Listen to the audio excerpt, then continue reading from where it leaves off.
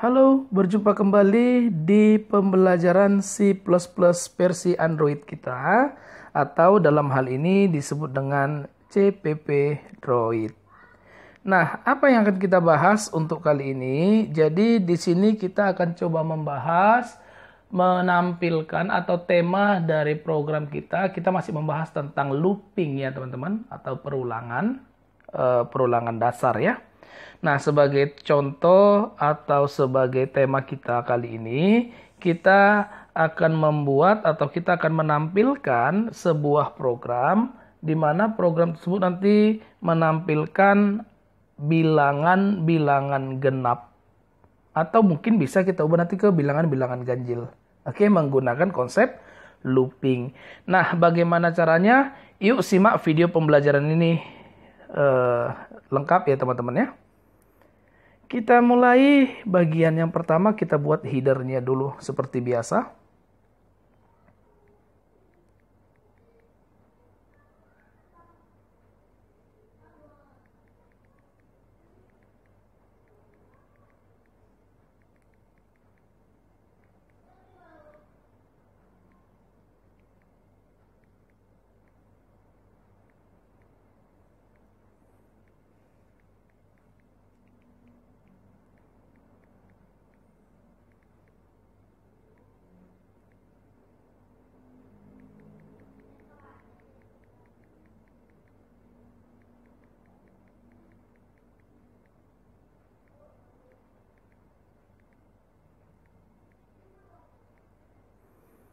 Nah, setelah itu kita akan lanjutkan kembali nih teman-teman.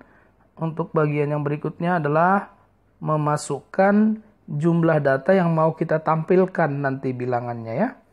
Jadi dalam hal ini kita buat masukkan bilangan. Atau masukkan sebuah bilangan, itu sama ya teman-teman ya. Masukkan bilangan atau masukkan sebuah bilangan. C in bill.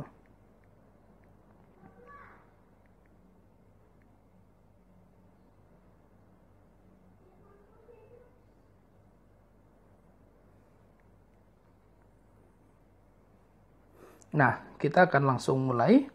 Di sini kita akan coba cek dulu ya programnya.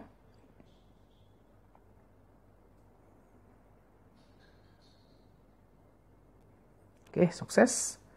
Nah, jadi apa yang mau kita lakukan atau apa yang mau kita buat di sini? Jadi gini teman-teman.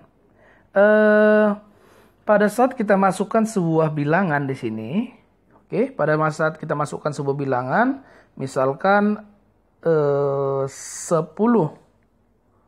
Nah, begitu kita enter nanti akan menampilkan apa-apa saja bilangan-bilangan bulat. Bilangan-bilangan genap di dalam angka 1 sampai 10 dan apa saja angka-angka ganjil di dalam range bilangan tersebut. Itulah mau kita tampilkan. Oke. Nah, maka dari itu kita langsung buat di sini untuk program perulangannya. Perulangan genap. Kita buat namanya perulangan genap ya teman-teman ya. Perulangan genap. Nah, masih ingat ya teman-teman ya, untuk perintah dari perulangan. Jadi kan pembahasan perulangan kita ada 3 jenis. Ada perulangan for, while, dan do while. Apa saja itu atau bagaimana strukturnya, teman-teman boleh lihat di video pembelajaran kita yang sebelumnya membahas tentang konsep perulangan. Oke, di sini langsung kita gunakan salah satu jenis perulangan yang ada. Menggunakan for aja kita pakai. For, buka kurung, tutup kurung, buka kurung kurawal, tutup kurung kurawal. Nah, kita sudah berhasil membuat bagian dari strukturnya. Nah, isinya di dalam apa? Ini dia, isinya di dalam apa? Di dalam ini, isinya adalah range atau kondisi-kondisi yang akan dipenuhi dari perulangan tersebut. Oke, yang pertama nilai awalnya. Kita sudah sediakan variabelnya adalah variabel i, teman-teman. Di mana i itu dimulai dari 1. Lalu I yang mau diulang nanti berakhir di mana?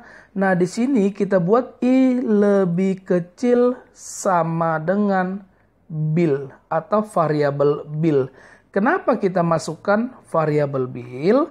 Karena di sini maksud dan tujuannya adalah jika nanti bilangan yang diinput adalah 10, berarti I-nya diulang dari 1 sampai 10. Nah, jika misalkan nih bilangan yang diinput adalah 100, berarti I yang mau diulang itu adalah I dari 1 sampai 100. Itu maksudnya teman-teman. Nah, di sini karena nilainya bertambah atau nilai makin banyak berarti dia plus-plus ya. I plus-plus atau I tambah 1. Nah, lalu yang berikutnya, jika ini kita berandai-andai teman-teman. Jika kita misalkan ingin menampilkan bilangan tersebut, oke. Jadi di sini kalau misalkan kita mau menampilkan bilangan tersebut langsung secara berurut, maka di sini kan kita tinggal buat cout.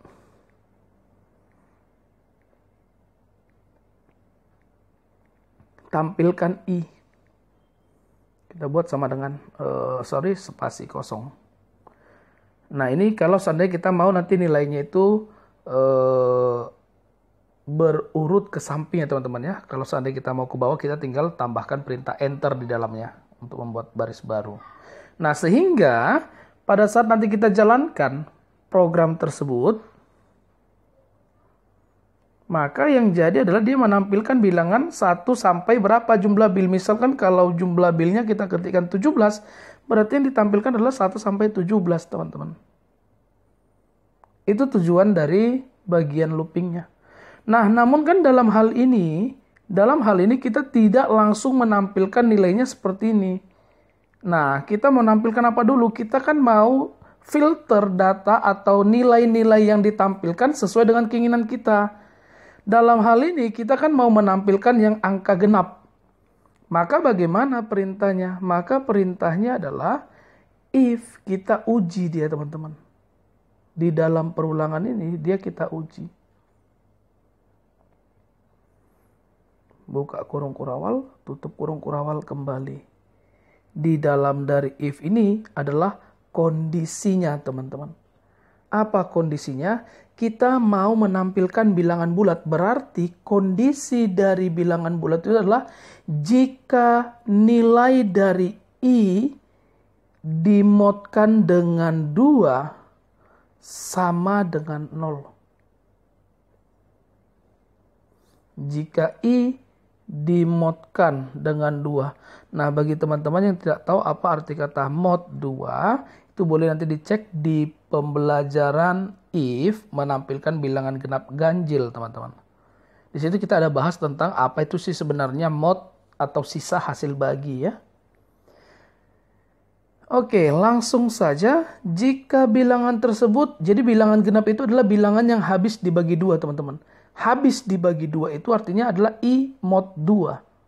Jadi kalau dalam perintah Pascal atau program Pascal namanya adalah I mod. Langsung ditulis mod 2. Kalau C++ pakai tanda persen. Nah, apa yang terjadi jika itu atau kondisinya true? Maka yang terjadi adalah tampilkan variabel I-nya.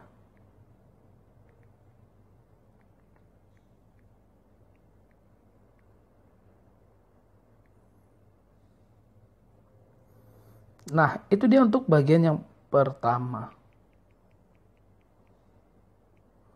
Nah, namun bagaimana kalau seandainya, bagaimana kalau seandainya ternyata nilai yang mau ditampilkan itu tidak sama dengan 0. Berarti kita pakai else selain itu.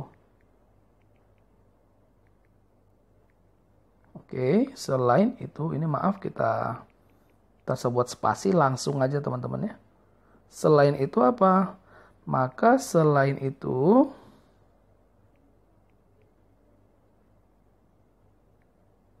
cout kosongkan. Tampilkan spasi kosong. Oke, kita akan bahas sedikit ya teman-teman ya. Dari kelompok program atau bagian atau penggalan program ini ya. Oke.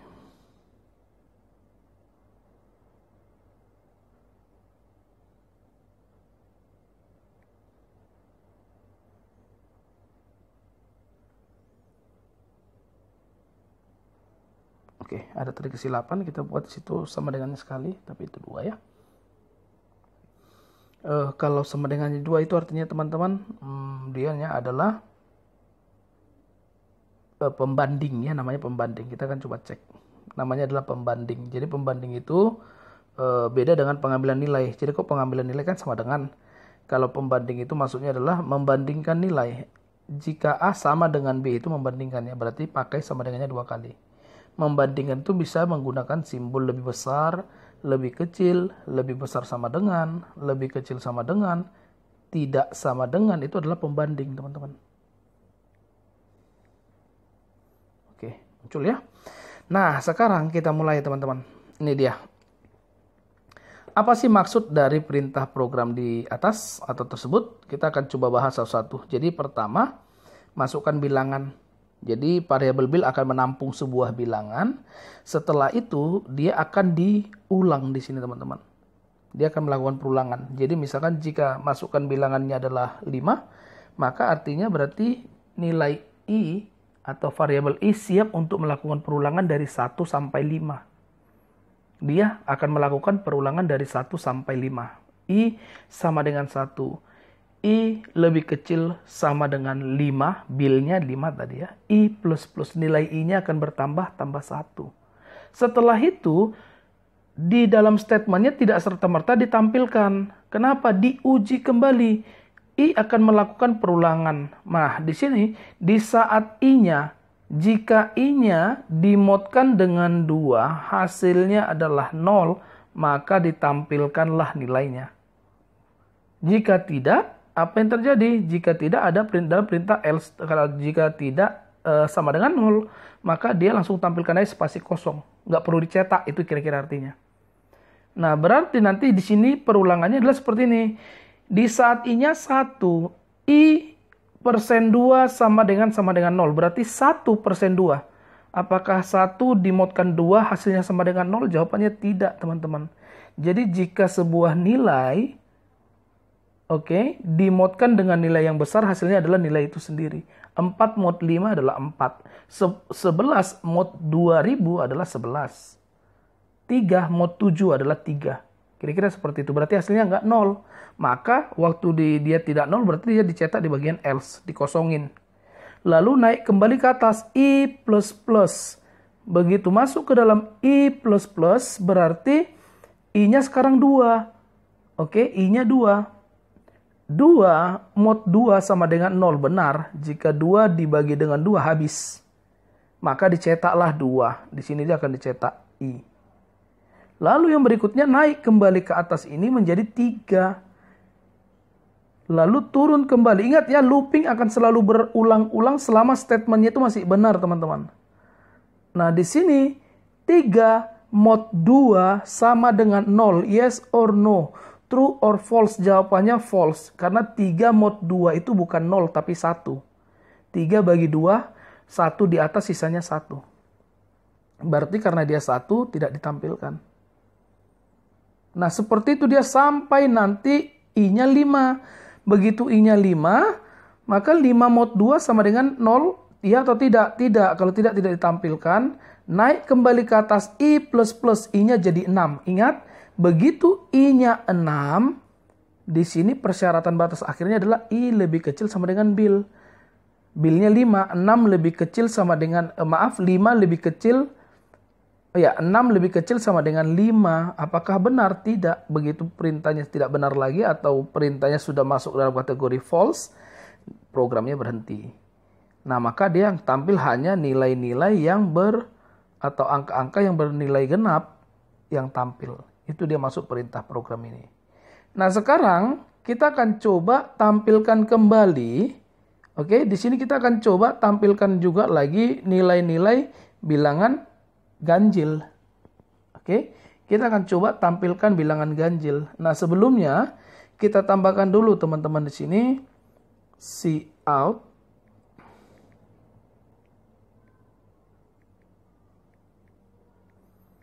bilangan genap.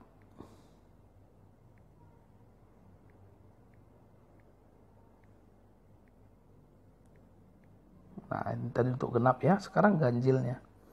Nah, bilangan ganjilnya sama seperti yang tadi. For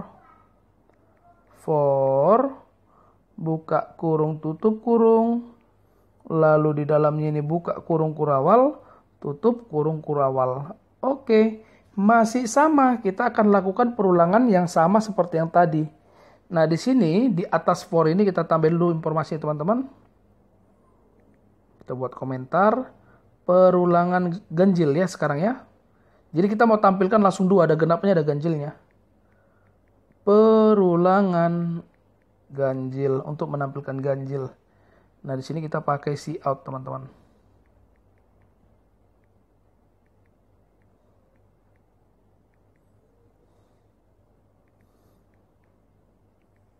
Bilangan ganjil. Bilangan ganjil.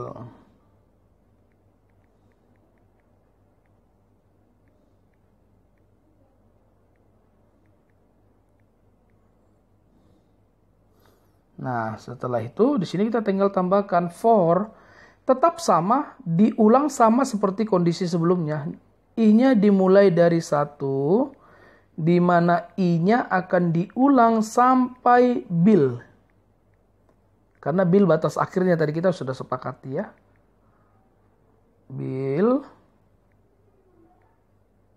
I plus. Pak, bagaimana kalau misalkan kita mau menampilkan bilangannya turun ya, descending ibaratnya. Jadi dari besar ke kecil. Di sini teman-teman tinggal ganti ya, I sama dengan bil, titik koma, I lebih besar sama dengan 1, titik koma, I minus. Itu caranya teman-teman ya. Oke, kita lanjutkan kembali. Di sini kita langsung uji. Jika apa yang mau dilakukan, kita ketikkan dulu. Biasakan mengetik strukturnya langsung ya teman-teman ya. Supaya apa? Supaya nanti pada saat kita melakukan pengetikan dan lain sebagainya, tidak ada bagian struktur yang kurang. Itu sebenarnya teman-teman ya tujuannya kenapa kita harus mengetikkan struktur dasarnya secara menyeluruh ya. Nah, setelah itu if di dalamnya ini apa? Kondisi yang akan kita uji. Jika nilai I dimodkan dengan 2, oke masih sama. Jika I-nya dimodkan dengan 2, hasilnya adalah 1. Jadi bilangan ganjil itu adalah bilangan yang dimodkan dengan 2, hasilnya 1 teman-teman. Contoh 3. 3 bagi 2 berarti 1 di atas, 1 sisa. 1 bagi 2 nggak bisa lagi. Kenapa? Karena 1 mod 2 hasilnya adalah 1. Misalkan lagi 23 mod 2 berarti di atas itu kalau kita gunakan sistem tambah-tambah ya teman-teman ya. Bagi-bagi. Di atas biasanya kita simpan ya nilainya. Nah, di atas jika 23 berarti 11 di atas, di bawah itu adalah 22, berarti 23 kurang 22 1. 1 bagi 2 nggak bisa lagi. Kira-kira seperti itu karena sisa hasil bagi tetap 1. Nah, jika I mod 2 hasilnya adalah 1, maka tampilkan nilainya. Tampilkan I, karena itu udah pasti bilangan ganjil. Namun jika tidak bagaimana? Jika tidak 1, maka di sini masuk ke dalam kategori else. Selain itu, kosongkan.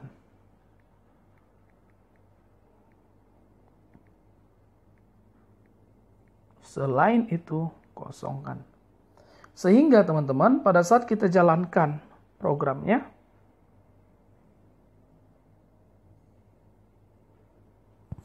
masukkan sebuah bilangan. Kita masukkan misalkan 13. Maka pada saat kita enter, di situ langsung muncul teman-teman. Oke, ada sedikit maaf. Di sini kita tambahkan dulu bilangan ganjil. Oke, ini dia ada sedikit bermasalah. Oke, nah kita ulang kembali. Masukkan sebuah bilangan, kita masukkan angka 13, maka waktu kita enter, Bilangan genap dari angka 13 itu adalah 2, 4, 6, 8, 10, dan 12. Sedangkan bilangan ganjil dari 13 itu, atau angka 1 sampai 13 itu adalah 1, 3, 5, 7, 9, 11, dan 13. Kalau kita gunakan bentuk yang lain bisa atau tidak kita akan cek. Misalkan bilangan yang diinput itu adalah 26. Enter. Maka 26 itu bilangan genapnya adalah 2, 4, 6, dan seterusnya sampai 26. Sedangkan bilangan ganjil itu adalah 1, 3, 5, 7, 9, 11, 13, sampai seterusnya. Itu hasil akhirnya, teman-teman. Nah, demikianlah untuk pembelajaran kita kali ini, teman-teman. Semoga pembelajaran C++ kita menggunakan looping dan digabung dengan if, di mana programnya adalah menentukan bilangan genap ganjil, bermanfaat bagi teman-teman semua, berguna bagi semua yang menonton atau melihat video pembelajaran kali ini. Salam Ponsel Pelajar Channel. Terima kasih.